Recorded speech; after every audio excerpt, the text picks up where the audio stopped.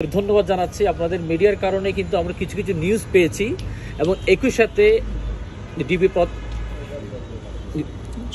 ডিবির যিনি চিফ প্রধান হারুন স্যার উনি খুব কনসার্ন এই বিষয়ে যাতে বাচ্চাদের কোনো অসুবিধা না হয়।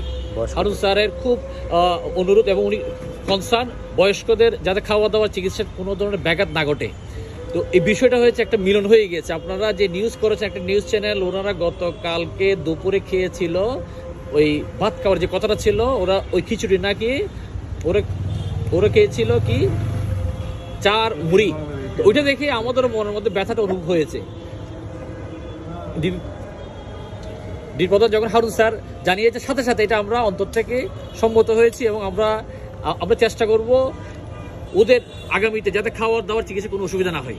এবং আপনাদের সদয় জ্ঞাতার্থে জানিয়ে রাখি, গতকালকে দুপুরে আমাদের অনুমোদন হওয়ার পরপরেই চাইল্ড অ্যান্ড ওল্ড কেয়ারে যে সেবা দেওয়ার ওইটা অনুমোদন হওয়ার পর গতকালকে দুপুরে আমরা কিন্তু ওখানে গিয়েছি।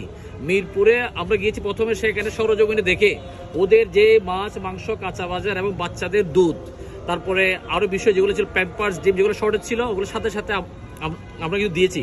ওদের স্টাফকে নিয়ে বাজার থেকে, নতুন বাজার থেকে আমরা কিন্তু কিনে দিয়েছি। সেখান থেকে আমরা পৌঁছেছি কোথায়, আরেকটা যে ওদের আশ্রম আছে মিরপুরে, কতদিন ছিল সাভারে, ওই সাভারে গিয়ে আমরা ওদের জন্য যা যা দরকার ওগুলো কিনে দিয়েছি। এবং আজকে থেকে ফাউন্ডেশনের একজন লোক সার্বক্ষণিক ওখানে থাকবে, যেহেতু কিছু কিছু কাঁচা বাজার আছে যেগুলো প্রতিদিন কিনতে হয়।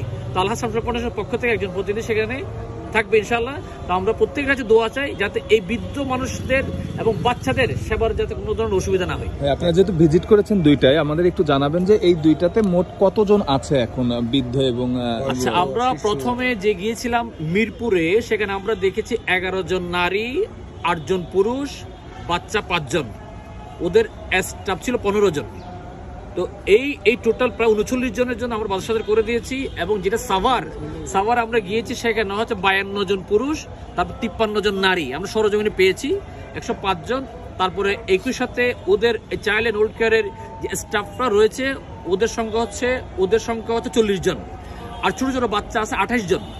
তো ওদের জন্য যা যা দরকার আমরা সরজমিনে দেখি গতকালতে কাজ শুরু করেছি। একটা বিষয় একটু পরিষ্কার করবেন যে child and old age care চলতো, মিল্টন সমাজের একটা ফেসবুক পেজ ছিল, সেই পেজ থেকে যা অনুদান আসতো সেটা দিয়ে আপনারা এখন দায়িত্ব নিলেন। আপনারা কি এই পেজটা যেহেতু গড়েই উঠেছিল এই প্রতিষ্ঠানের মারফতে, এটার দায়িত্ব নিতে চান নাকি আপনাদের যে ফান্ডিং আছে সেটা দিয়ে এদের কন্টিনিউ করা সম্ভব? একটু ক্লিয়ার করি, আমরা কিন্তু সাময়িক দায়িত্ব, এটা কি দায়িত্ব? সাময়িক দায়িত্ব।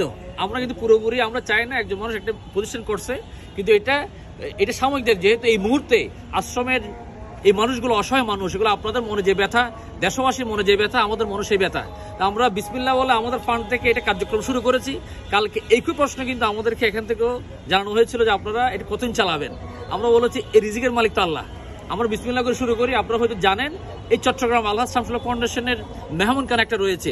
2020 সালের সেই সময় থেকে আমরা যে শুরু করেছিলাম, কয়েকদিন হয়তো চালাও, ওই চিন্তা ছিল 1 বছর 2 বছর 3 বছর, আজকে 4 বছর চলতেছে। তো রিজিক কোনো ধরনের থাকে না, আল্লাহ তাআলা কোনো না কোনো এটা চালিয়ে নিয়ে যায়। ফাউন্ডেশনের নিজস্ব ফান্ড থেকে শুরু করেছি, ভবিষ্যতে ইনশাআল্লাহ আল্লাহ তাআলা চালাবেন ইনশাআল্লাহ। আপনাদের ফাউন্ডেশনটা আসলে ফাংশন কি? Alhaj Shamsul Haque foundation food, shelter, education, emergency relief নিয়ে কাজ করে।